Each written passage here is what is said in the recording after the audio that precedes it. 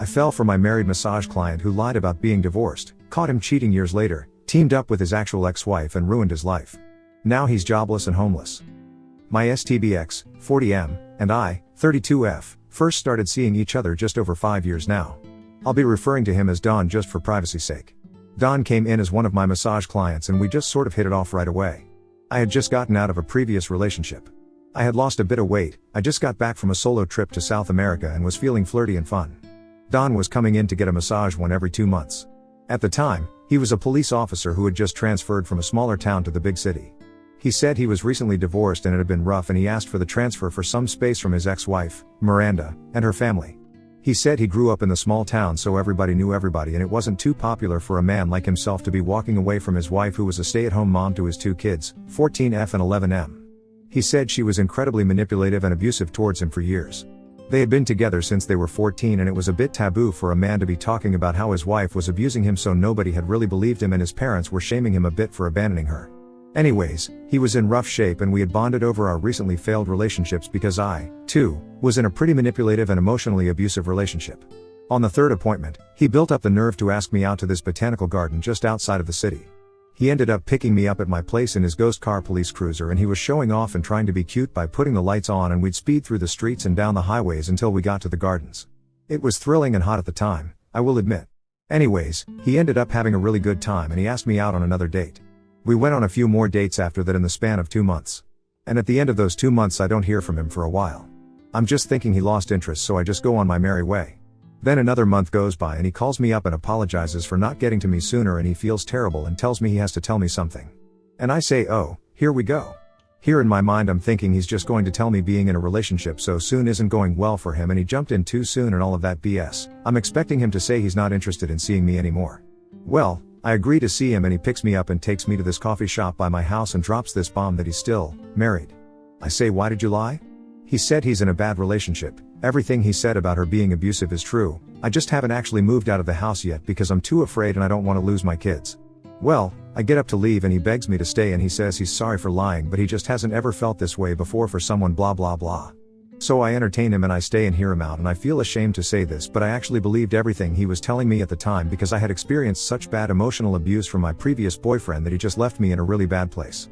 I could empathize with everything he was saying because I had experienced it too. Anyways, blah blah, I ended up staying with him but I said only if he moves out of the house he's in, because he was off still living with his wife at the time, and he starts the separation process. Don agrees. Within that same week, he tells his wife he's leaving her, he takes his trailer and parks it at a buddy's property. Long story short here, they go through the separation process. Where I'm from, you have to be separated for at least a year in order to start the divorce process. So within that year, Don goes from staying in his parked trailer, and then winter comes and he moves in with me, his daughter goes NC with him, and he doesn't tell his friends or family about me because he doesn't want anybody catching on to the fact that he was still married when we started dating. Anyways, fast forward a year and he files for divorce but she has a fit and claims that she's scared of him and what he's capable of and something along the lines of she's scared of what he'll do to himself. She files a restraining order against him so he can't see his kids or go by the house, and because he's a police officer, there's an investigation and they take his gun away and has to work behind a desk for some time before the investigation is complete. His daughter is still NC with him too. By now his mom and dad, a few friends, and his ex and kids know that he's seeing me but they think we've just been seeing each other for a few months. Fast forward about 6 months and the restraining order is lifted and the investigation is complete and he's back to active duty. He's been deployed to a different province for work and training quite a few times as well, so he's been gone quite a lot and away from home. I don't think anything of it, he's always talking to me and checking in and gives me a detailed schedule of what his days look like. Yeah, I might have even googled a conference or two and called the hotels he's claimed to be at making sure that he's actually staying where he says he's staying and that the conferences actually existed. Every time I had a doubt, I always double checked and everything checked out. A few years go by, we end up buying our own place together and it's so beautiful. Literally the house of my dreams. It's on about 4 acres of land and it's right off of a lake. He tells me that the divorce is finalized. He proposes to me, we're engaged. His son comes over every second weekend and spends the weekend with us. Everything feels good. We're happy. Well, I go to start planning a wedding and book appointments to see venues, but he becomes distant and uninterested. He keeps saying there's no rush. And I say I know there's not, but I just want to go and see so we can start making some goals so we know what we want when the time comes, or just get little bits done here and there. He obliges, but when we go to see the venues and people are asking when we're thinking of getting married, we can't give them an answer. He says there's no rush, we don't have a date yet. Then he says, oh, maybe in the next 2 to 3 years. And I say, what? 2 to 3 years? And then we start arguing in front of this woman who's showing us around this beautiful hall. She sort of gets the hint that I want to speak to Don privately and ends up giving us some space. By this point, I'm so embarrassed. I'm like, what do you mean by 2 to 3 years? And Don said I don't want to rush into things after just getting divorced, it looks bad. And I'm like, well, why did you propose to me? And he said, because I love you. I said, then what are we waiting for? Then he comes out and says he hasn't been totally truthful to me. I say, what the fuck does that mean? And then he says that he's not officially divorced yet. And I say, I thought you took care of that? He says there was something wrong with the paperwork and she didn't sign it. And I said, so you're technically still married and yet you proposed to me? And I said, well, I proposed because I signed the papers and sent them off to my lawyer thinking that she wouldn't have a problem with them and sign them. She's just being a bitch about it and is giving me a hard time because she doesn't want me to be happy. I call BS and I say this engagement is called off. And he says, whoa, wait, he said I still want to be with you, I want to marry you, and I'm like, I don't want to marry someone who's lying to me. I said, you've lied to me once before and I thought we were over that. Anyways, long story short, I ended up telling him to pack his things and stay at a buddy's place for a while until I go over some things. He's gone for 2 weeks and in that time we do some talking and he said he didn't want to tell me because he didn't want me to leave him and he's so sorry and it's not that he doesn't want to be with me, he said he's just afraid of confrontation. He says all these things and he's like, let's go to counseling together, I'm serious about this, I'm serious about you, blah blah blah. I didn't just call it all off at this point, but dumb me agreed to couples counseling, but I still call off the engagement until he's officially divorced. He moves back in and we go to counseling and private therapy. 8 months go by and he is officially divorced. I see it for myself. The next day we go camping to celebrate and he takes me up into some hills, through this path and down by a waterfall where he proposes again. Stupid me says yes, but at this point I feel like we've made some progress in our relationship. His daughter has also started talking to him again, so we're feeling pretty relieved. I chalk up his weird behavior and off days before that to the fact that his daughter hasn't been talking to him and they were pretty close before he separated from his Miranda. Well, in this time he's been deployed a few more times and has been away from home for weeks at a time. I started running my own clinic and it's been crazy hectic. I've been distracted with that. One time he comes home from deployment, he tells me he has to take a colleague of his out of province because he can't drive on the medication he's on. I say, why can't he take a bus or a plane, and he says that the guy has a fear of flying and he doesn't want to pass out on the bus with the meds he's on.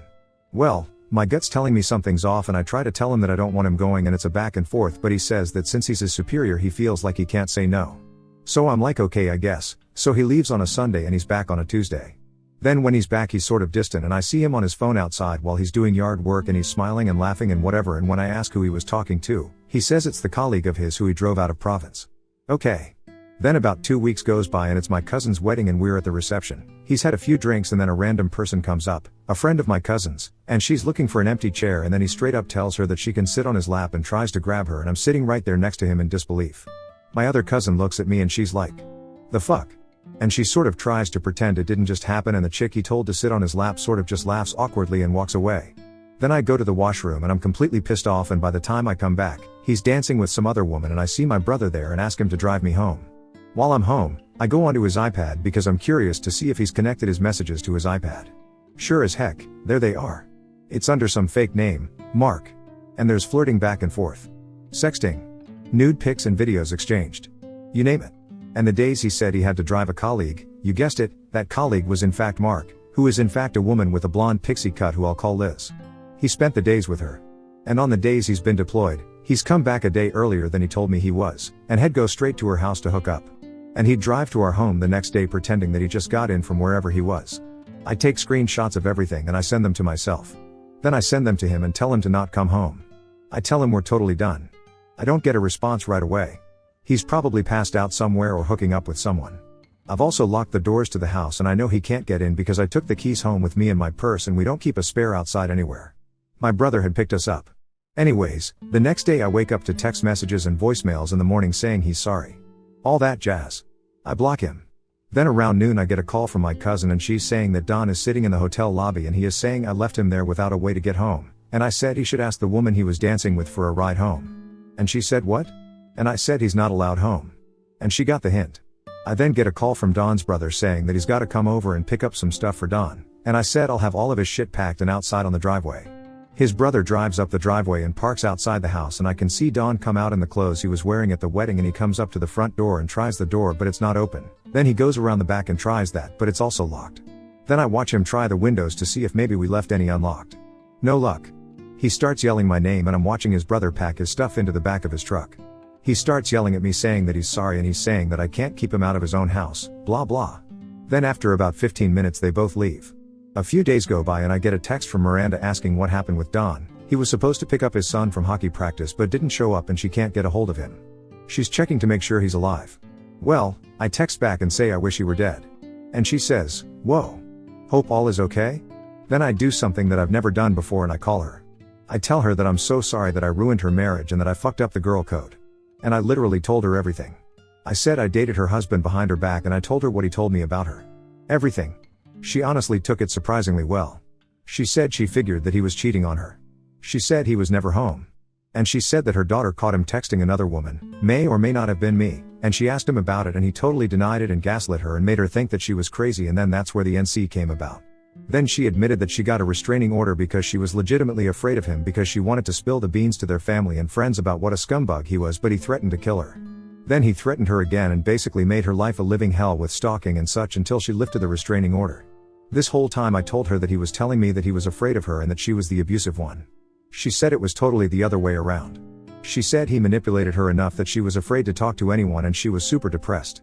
She said there were so many times that she wanted to just call me and tell me everything but that she was afraid I would think she were crazy and wouldn't believe her. Don told her that if he ever found out that she reached out to me, that he'd get her arrested and take the kids away from her. So yeah. I get it. Well, after talking a bit more, I said that I was going to pick her up the next day and that we'd go and file a report against him. She wasn't sure at first but I talked her into it and I said that she wasn't alone and that I'd have her back and that we're in this together. So we filed a report. They opened up an investigation. I got word that he was suspended with pay due to domestic violence. A few months went by and I got a call from Miranda and she said that he had been fired and she had a restraining order placed on him to protect her and the kids. I ended up getting one too because we didn't know what he was capable of. He's currently living in his trailer on his buddy's property, homeless and jobless, he'll never be in the police force again, and has been disowned by his parents and his kids won't talk to him. He's been branded abusive and a cheater and his community hates on him. His buddy had come by to pick up the rest of his stuff, even though a lot of the furniture and house goods were mine. He picked up a chair, some outdoor things, a gun safe, and little things here and there. Miranda and I have hung out quite a lot during this whole process and we've become actually really good friends. I still see the kids and his daughter is still iffy about me but she's warming up to me even though I totally understand where she's coming from. I bought out the rest of the house and it's officially all mine. I got that snake out of my hair and I still enjoy a nice cup of coffee on my deck in the morning overlooking the lake. Life is good. Thanks for listening to me ramble. Now on to the next story. Story 2. Caught my wife cheating on me with her sister's husband, so I checked her phone, gathered evidence, and exposed them in front of whole family. Now they're both divorced and disowned. I, 32 male, was married to my ex-wife, 28 female, for 2 years. It still shocks me that after all the promises my ex-wife made to me, she stooped so low and cheated on me. My wife and I first met at my cousin's college graduation ceremony.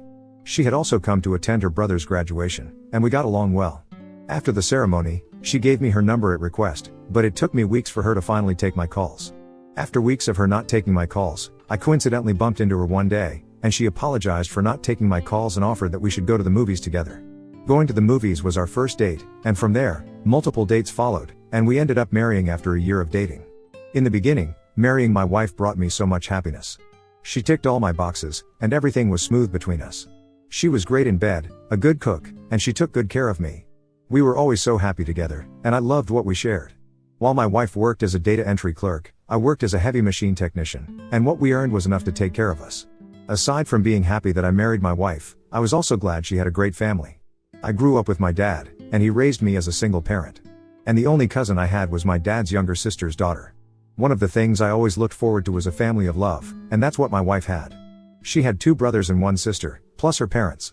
Her family were so close to each other, and since we all lived in the same town, we used to hang out once every month as a family unit. Whenever we had a picnic, family dinner, or a gathering, all of my wife's siblings would come with their spouses, and this was how I got close to one of her brother-in-laws, my wife's sister's husband. We were around the same age, which allowed us to bond well. Most times, if my wife and her sister were hanging out or going out of town for the wedding of a mutual friend or an extended family member, her brother-in-law and I would go out for a couple of drinks or watch football together. As time passed, he wasn't just my favorite brother-in-law, we became very good friends. Months after my wife and I clocked a year together, I noticed she was getting closer to her sister's husband. It's not like there was anything wrong with being close to her sister's husband, but I felt something was different with their relationship, and some other changes followed. For example, if we went for a family dinner, my wife would talk to everybody except her brother-in-law, which was very unlike her. And if her brother-in-law and I were hanging out, and I mentioned my wife in our conversation, he would avoid the topic and chip in something else. Regarding their closeness, if we all went somewhere, maybe the park or shopping mall, my wife would prefer to hang with her sister and husband than with me. If we sat at a table to eat together, she would prefer to sit next to him and leave me alone wherever I was. I quietly watched her for months to ensure my head was not messing with me. Around the same time I noticed all these changes, my wife's attitude towards me changed, too.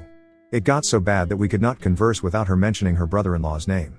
Our intimacy dropped, too, and she barely allowed me to touch her. Whenever I tried to, she'd complain about being tired or not being in the mood. Sometimes, she'd even say she was seeing her monthly flow even when I knew she wasn't. Before I suspected something was going on between her and her brother-in-law, my wife did not care about her looks whenever we wanted to hang out as a family unit, but she suddenly became so concerned. She'd wash and curl her hair in advance, pick out a dress that would expose her thighs and cleavages, and apply makeup. It became evident that she was trying to look good for a reason, and even her sister and other family members noticed the great difference. The whole time, I had been suspecting my wife. Deep down, I wanted to be wrong. But one night, after waiting for almost an hour for her to stop chatting and blushing on her phone and spend time with me, she said she was tired as usual and slept off. I was so hurt by her actions and neglect that I went through her phone to see who had been making her blush like that. When I accessed her phone and went through her social media accounts, I stumbled on her messages on WhatsApp with her sister's husband. She saved his name as Bestie with 3 love emojis, and I suspected he was the one before I opened their conversation. I could not believe what I saw when I went through their conversation. Not only was my wife having an affair with her Bill, as I suspected, but they had also exchanged nudes. Even that evening, he had sent her pictures of his private part and wrote a long erotic text of all the nasty things he would do to her when they met again. They planned to meet in a cheap motel in 2 days, and they kept recounting their last escapade together. I was so disappointed and didn't know how to feel. To even think that they were making jokes about her getting pregnant for him and keeping the child. I felt so betrayed. At that moment, I felt like stuffing her with a pillow. I had to control my anger because she wasn't worth getting a life sentence for. Shortly after I was done with my emotional meltdown, I had an idea to teach her a lesson. So, I took screenshots of their conversation, especially the parts where he sent her his nudes, and they mentioned meeting at the motel to have fun. Then, I cleared all traces that I went through her chats. That night, I couldn't sleep at home because I was hurt and kept crying like a baby. Even though I suspected something was fishy, I still could not believe my wife would break me like that after all our promises to each other. The following day, I went to work from the motel I spent the night at, and she kept calling me the whole morning to find out why I wasn't at home when she woke up. I cooked up a lie for her, and I told her I'd be home after work. When I got home that evening, she could tell something was wrong, but I told her I had a bad day at work. Meanwhile, the following day, she had planned to meet with my Bill at the motel. She didn't know I had called her sister and explained everything. She was more shocked than I was and promised she would not confront her husband. Also, I created a WhatsApp group chat, added all her close family members to it, and told them everything I found out. I dropped the screenshots I took there so everyone could see, and they couldn't believe it. Her sister kept doubting that my wife would do such a thing to her. After everyone was out of their shock phase, we all planned to go to the location of the motel they would be using so we could catch them in the act. On D-Day, which was a Saturday, I watched as my wife dressed her best, did her makeup, and lied to me about going to see one of her old-time friends who had just given birth. I acted all calm and watched her as she left. About 10 minutes after she left, I drove to the location and notified her family that she was on the move. Eventually, we all rendezvoused at the motel as planned and decided to go to her room. There were 5 of us, excluding her father. When we got to her room, I knocked and pretended to be room service, and she opened the door with a white towel wrapped around her chest. The moment she saw that I was the one, she froze. Then, we all entered the room one after the other. Her Bill was in the bathroom, and when he heard voices and came out to see us, he ran back into the bathroom and refused to come out. My sister-in-law was so heartbroken, and she attacked my wife. Right there, I told her to her face to not bother coming home and that she'd be hearing from my lawyer soon. Her mom and brothers could not even say anything to her. They all stood there in awe. I left the room and left them there so she could deal with her family. Immediately I got home, I threw her stuff out of my house and contacted a divorce lawyer to start processing our divorce papers. She tried to call me and beg a couple of times, and I told her she was insane to think I'd take back a shameless cheat like her. The worst was that she had no one to turn to, her family disowned her, and her sister cut all ties with her because she couldn't handle the betrayal. I had to divorce her and officially get rid of her. Her sister also divorced her husband, and my wife had to move in with her friend before she left town. Later, I found out that their affair started under my roof, and they had it going long before I suspected something was happening. My wife claims she continued the affair with her Bill because he was not as boring as me. I guess she will have enough fun living with disappointed family members for the rest of her life. I'm fine now, But I've decided to not marry again.